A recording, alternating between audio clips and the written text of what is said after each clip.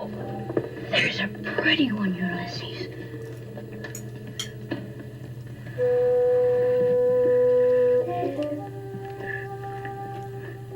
There it is.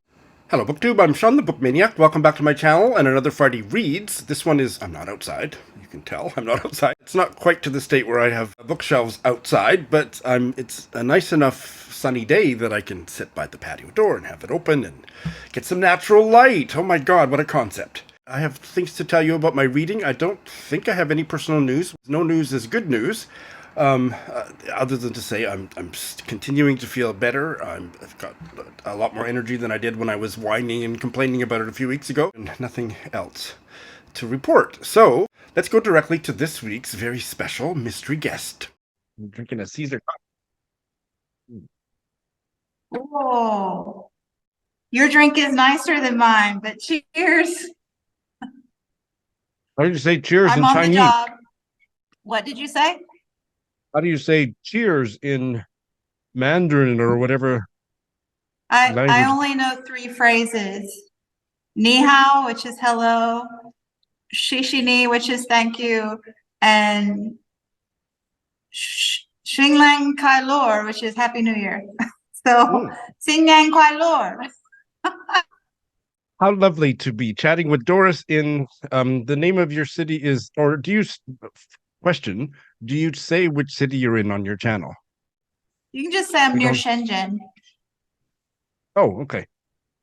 Because I'm like an hour and a half from Shenzhen. Oh, they wouldn't know where I am anyway. It's a tiny community. Well, if you just Google Doris China, I'm sure we'll get your phone number and street address, YouTube channel. I don't know my own phone number here, so. So you are having sounds like an absolutely fabulous time over there. Yeah, it's fabulous and chaotic. Last year, I was hired as an ELL teacher for the middle school, and I ended up teaching 6th and 7th grade chemistry. Yes. This year, I got a promotion. I'm the ELL coordinator, but now I'm having to teach 1st grade math and science, but it's only half the day. I am versatile and flexible. Sounds like the universe is punishing you. From where I sit, having to teach math in particular and chemistry, oh my god. But this has not slowed your reading down one bit, I don't think. It doesn't appear that it has. Well, I think a little bit, not just the job, but also like having a relationship and having to, be social, because I'm socializing with the people I work with. It's a small, isolated community. So yeah, there's just always a lot going on. But I've been trying to average 10 books a month, which is decent. But there have been, like, I thought that this summer when I'm off work and have all the time in the world, I would read more. But I only read 4 books in July when we were doing that epic journey across North America. Oh, in North America, and you've done quite a bit of traveling in Asia, I believe. Yeah, we went to Bangkok last month and it was amazing. I love Bangkok. We also did Vietnam last year. Yeah. Have you heard the news? Which where we're going for Christmas? No. We're meeting Gabriel in Italy for Christmas. That's amazing. My life is surreal. Oh my god. That was the cheapest place because we didn't have time to get him a Chinese visa. So Italy was the best meetup spot. Imagine that. That's just fantastic. It is. So what books do you want to talk about today? The number 1 book that I think you will be super excited. Guess what book I'm reading now that is one of your all-time favorites? Well, one of my all-time favorites is Do Not Say We Have Nothing by Madeleine Thien, and I don't imagine they'd even let that one in the country. No, not that one. Okay. Another all-time favorite. Another all-time favorite? African continent. Oh, I think I know about this. Aren't you buddy reading it with Joe Smith? Maybe it's We Need New Names by Yes. Violet Bulawayo. Yes. And I read the first two chapters and it is phenomenal. Oh, it's just so beautifully written, isn't it? This friend group of these, I guess, preteen children are so captivating. I think the maturity level and innocence at the same time of these children in this difficult environment, but their sense of humor and I can already tell there's just some heartbreaking things that are going on, but it's just also really funny. This little girl, Darling, the main character, Yep. such an engaging creature. Oh my goodness. And I will. I read Glory, I guess a couple years ago, I remember. I remember. and really enjoyed it. I know that a lot of people didn't connect with the animal thing, but and for me, Glory, I absolutely loved it, but there were some plot issues with pacing. But I can totally see like these children, especially Darling's character, I can see the same voice coming out as I did in Glory. Like she's really good with people, character. Yes, her characterization, her prose, it's just utterly compelling. I'll Her be interested to hear your. characterization is out of this world. You know me, I'm a character-driven reader, so Yeah. I'll be interested to hear your thoughts after you finish the book. Yeah, but I'm delighted that you are as enthusiastic as you are at this point. That's fantastic. And your buddy reading it with Joe and anybody else that we can No, mention publicly? just me and Joe. You and Joe. Yeah. Yeah, that's great. Getting back in our buddy reading groove from our War and Peace days. That's right. I can't remember, Doris. Are you a Baylor? Yes. Okay, I thought so, but I can never remember what everybody. It's like trying to remember people's birthdays. It's like, is Doris a Not Baylor? often, Okay. Have you but bailed on you know anything what? recently? What have I bailed recently? Well, I bailed on a nonfiction. I think it was called What If? Like these questions from kids, sort of, and scientific explanations. And it was just too much math and physics. It didn't. I'm more of a biology, chemistry geek. That sounds like a euphemism for you like reading about sex. Funny. Yeah, not so much. But one thing I've noticed about myself recently, speaking of bailing, is I'm a skim reader. So, and I think this is like another, like, I think maybe you come under the heat for bailing so rapidly. Like people think that's wrong. Yes, that is true. I think people are going to be just incredibly disturbed by this concept, but I think it's okay if a book has things that you're enjoying or reasons that you want to finish. I think it's okay to skim read the boring parts or the parts that are not engaging for you. And I think I do that more than bailing.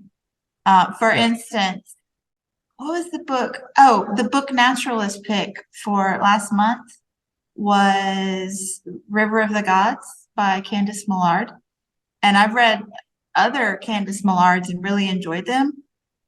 And this is one that I would normally engage with. It's one of those adventure stories with botanists traveling, and up the Nile.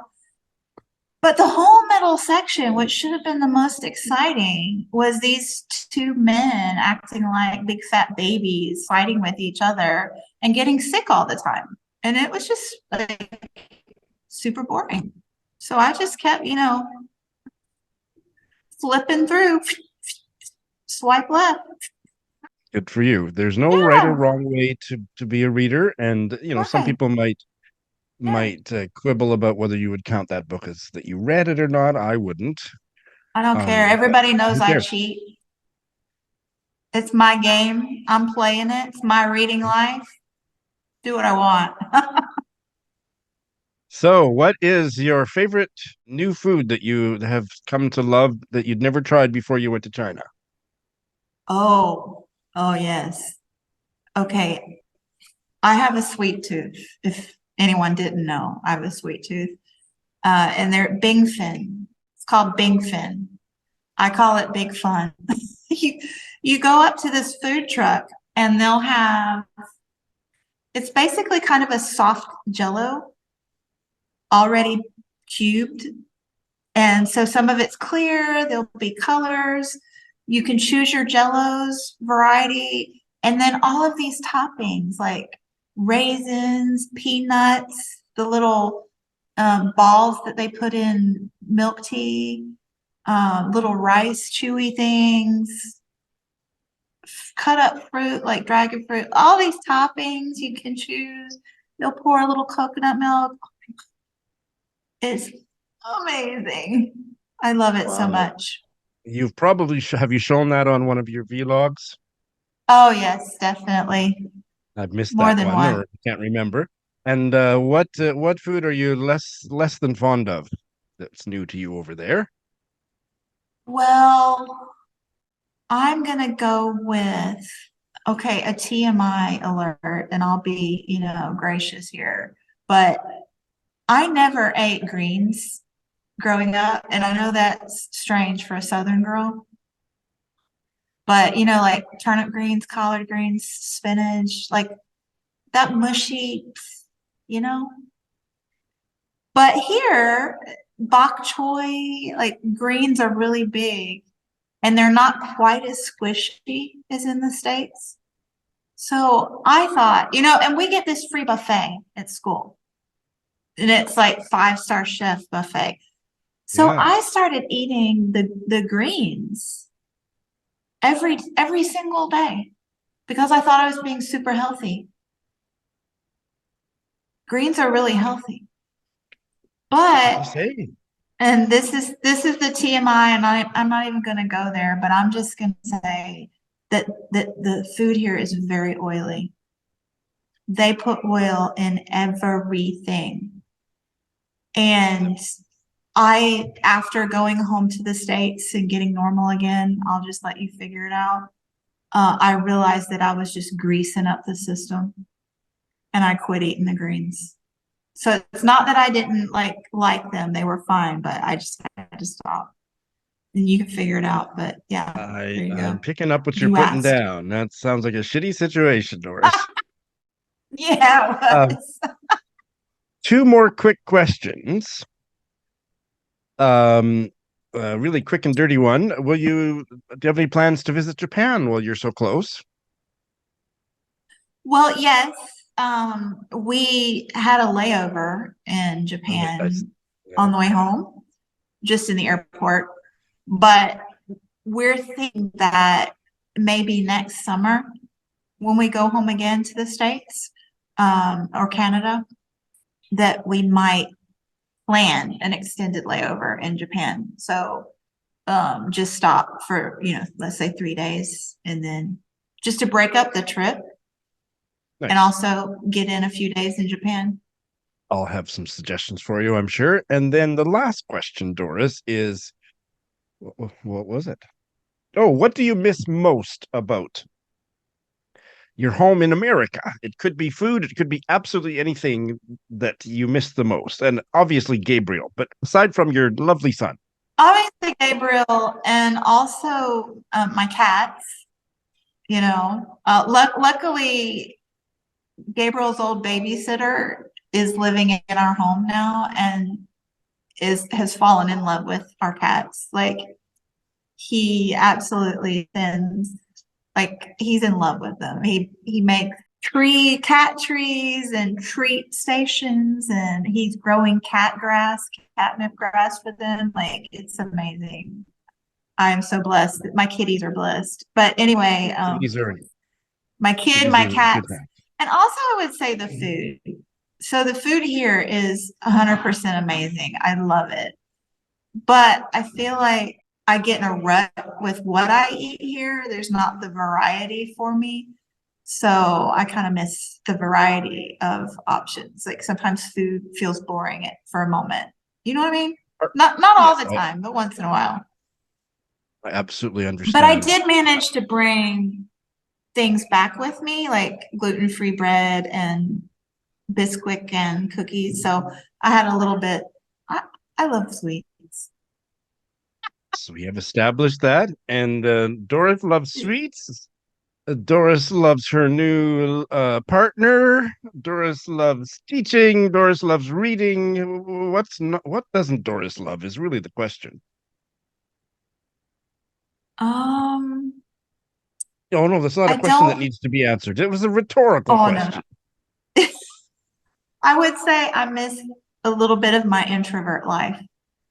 I don't have enough downtime here, and that's hard for an introvert, but I'm making do. Good luck sorting out that extrovert introvert balance. And Yeah. thank you so much for being a guest on my Friday Reads. Thank you for having me. It's been so lovely to catch up. I've missed chatting. Oh, Doris, how lovely to chat with Doris. And now, here's the week in review. I've been busy on BookTube, as per usual. This one is totally for sentimental reasons. This is the copy that I read for my undergraduate course in the Victorian novel of The Mayor of Casterbridge by Thomas Hardy. And that's how I look after my books. That's how I've always looked after my books. This is the copy that I studied, and there isn't a crack in the spine. The fear of disappointment, I did get a chuckle out of this because in the fear of disappointment, talking about somebody, you read a book by a writer and you really love this novel, and then you pick up another of theirs, but you're afraid of being disappointed. This is the example that was given, John Boyne. And that's exactly what happened with me with him. Really? I was just about to come in here and say that's exactly what happened to me with him. See, So look much at that. so much so that now when I talk about The Heart's Invisible Furies, which was my top read of 2017 or whichever year it came out, when I refer back to that, I say John Boyne accidentally wrote one really amazing novel. Timothy O'Grady is Irish, but I think it's complicated. At the time this was published, he lived in Poland. And Stephen Pike, I think Steve Pike is maybe American. The text is by Thomas O'Grady, and it is a novel about an old man alone in London, remembering his childhood in the west of Ireland, remembering his migrant life. All right, I have finished 3 books, and I don't have anything else to tell you about, really, other than to hold up a couple books I'm going to be starting. The first book I finished, I have returned to the library because it was horribly late, and I don't have my second iPad here, and I've already, I'm not going to go get it. So here's the cover GIF. It's the Semicolon book, and I ended up really enjoying it. By the time I got to the middle of it, I was starting to feel like I want to know how the rules evolved. How did the semicolon function? What were the rules that were different in the 19th century compared to now? But by the end of the book, she had won me over to her point of view, which was a much more expansive point of view on the issue, which is there are no rules that everybody agrees on anything grammatical. And that is true, despite what grammar snobs feel. And I mean, there's certain social contexts where you have to learn the grammar rules to get along and be accepted among your peers. That would be academia, school, any kind of school, probably in other contexts too that I can't think of right now. But beyond that, there's no rules. You can do whatever you like, or you can just not use semicolons. But she traced the way grammarians have been fighting over what the semicolon meant and how it was a bone of contention through the centuries, and I found that all fascinating. And then she got into looking at how some canonical writers, Henry James, I'm going to talk about Henry James, give you some examples of Henry James, Raymond Chandler, and so on, have used them. And I was fascinated and convinced by her argument that you can use in different contexts, depending on what they are, what else is going on in the text. They can speed things up, they can get a sense of fast movement, or they can slow you down. There is no one way to think of, and there is no one function of semicolons. And in the hands of a capable writer, they can work magic. So I have always felt that I knew how to use them, but now I realize, I know how to use them for university. And that is, you join two clauses that are connected. Two sentences, let's put it that way. You can join two sentences, both of which have a subject and a verb, to show that there's a connection. And just the mere fact of connecting them with a semicolon shows that there's a connection. And that is quite different than the colon.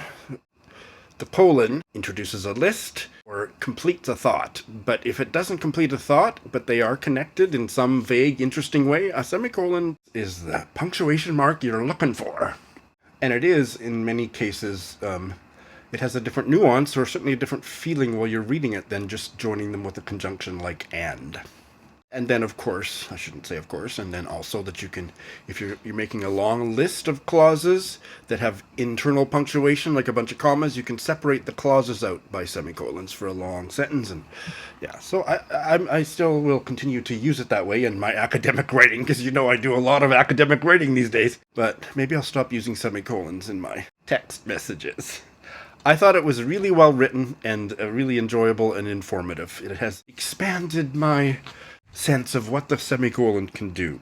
My favorite part, hands down, was the section on Henry James, because she doesn't like Henry James any more than I do. What an old poop he was. If you only have room in your head for one factoid about Henry James, this is the one that you should remember. He revised his novels endlessly till the end of his life, and he developed a more dense, ridiculously pontificating, pretentious style. And his earlier work was not written that way, but he revised it. The one book he never got around to revising into his horrific later style was The Bostonians, and that's my favorite. In fact, that's the only book of his I don't hate. Of course, the lesbian theme helps. So I'm going to share with you two passages from Roderick Hudson, which I think I did study in grad school, but it's all a traumatic memory loss from that class.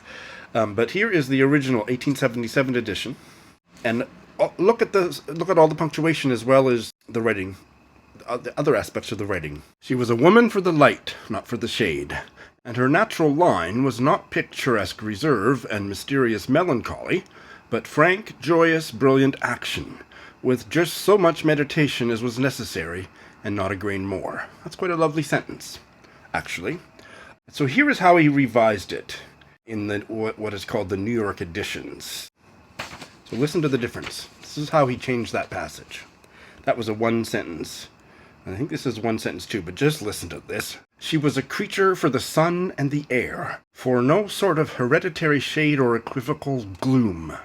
And her natural line was neither imposed reserve nor mysterious melancholy, but positive life, the life of the great world, his great world, not the grand monde, as there understood, if he wasn't mistaken, which seemed squeezable into a couple of rooms of that inconvenient and ill-warmed house. All with nothing worse to brood about, when necessary, than the mystery, perhaps, of the happiness that would so clearly have come to her. And the author of the Semicolon book, who I'm sorry, I can't remember her name, she writes, "You can never revise too often, I used to tell students, before I had read much James.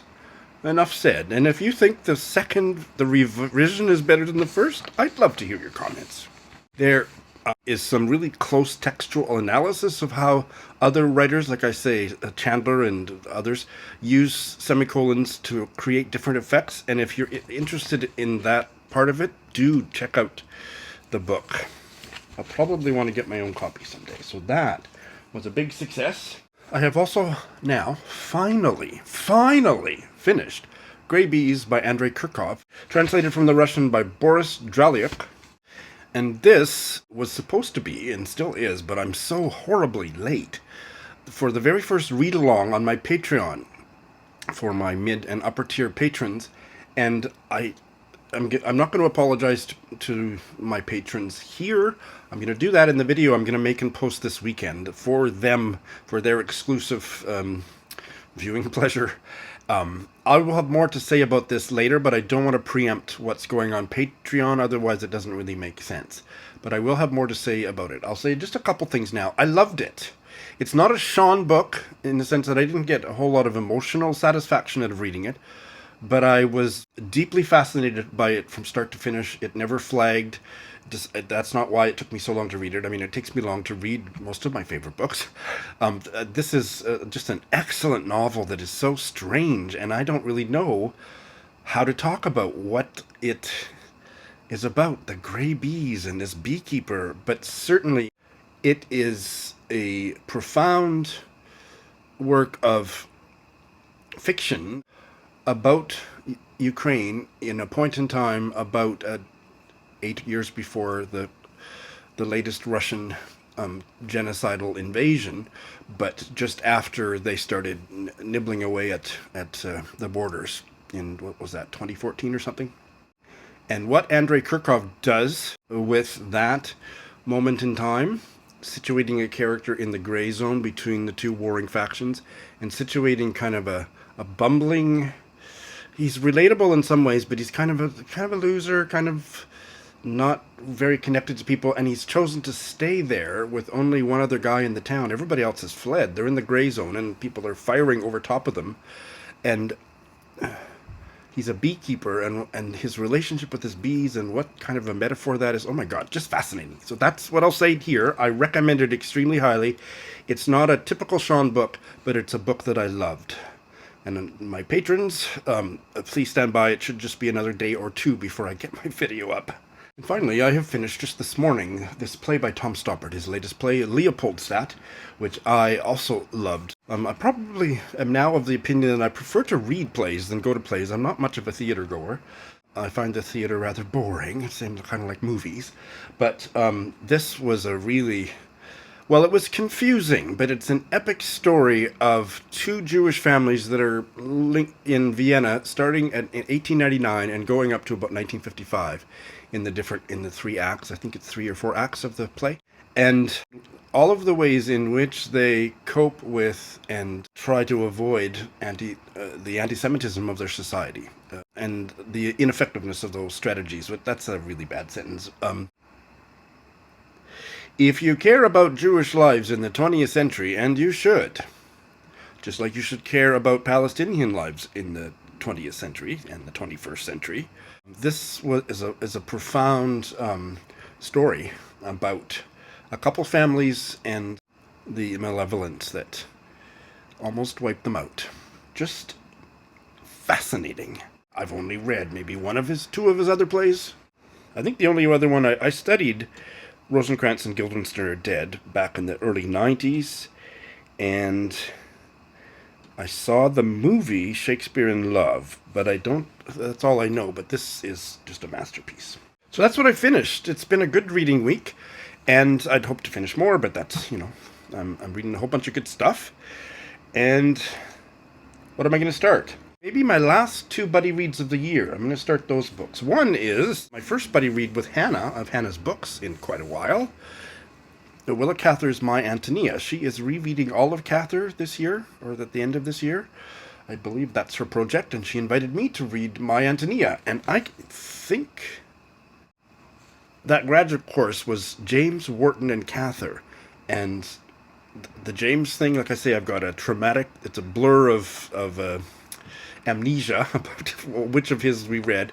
I loved all the Wharton, and I didn't get along with the Cather, but I think it was as much about how unhappy I was in general at grad school. I just hated it. I hated all the literary theory, Foucault, Derrida, that it affected, really. I have now finally gotten over my allergy to Willa Cather, and so I'm looking forward to either reading or perhaps rereading My Ántonia. This was published in 1918, and I think this will be a pseudo-buddy read. I think Hannah and I are going to make a video, and it'll be on her channel, maybe on mine too, I'm not sure, but I'm looking forward to diving in. And similarly, with my friend Erica from Louisiana, who you've seen on my channel a time or two of late, I had 2 copies of this book, Now and Then by William Corlett, published in 1995. And so I sent her one because she's really into boarding school fiction, and this one is a gay novel that I read in the 90s, and this is late 90s. I read it in 1997, and I loved it, but I don't remember that much about it. It's about a gay scandal at a boys' boarding school involving the narrator who's looking back. That's the now part of the narrative. Each chapter alternates now and then the then chapters are what happened back in the day. And it ended up being a scandal, and I think he might have even had to leave the school because it was such a huge scandal when he was like a preteen, or I forget, or maybe adolescent. So I'm looking forward to rereading it and having a pseudo buddy read with Erica.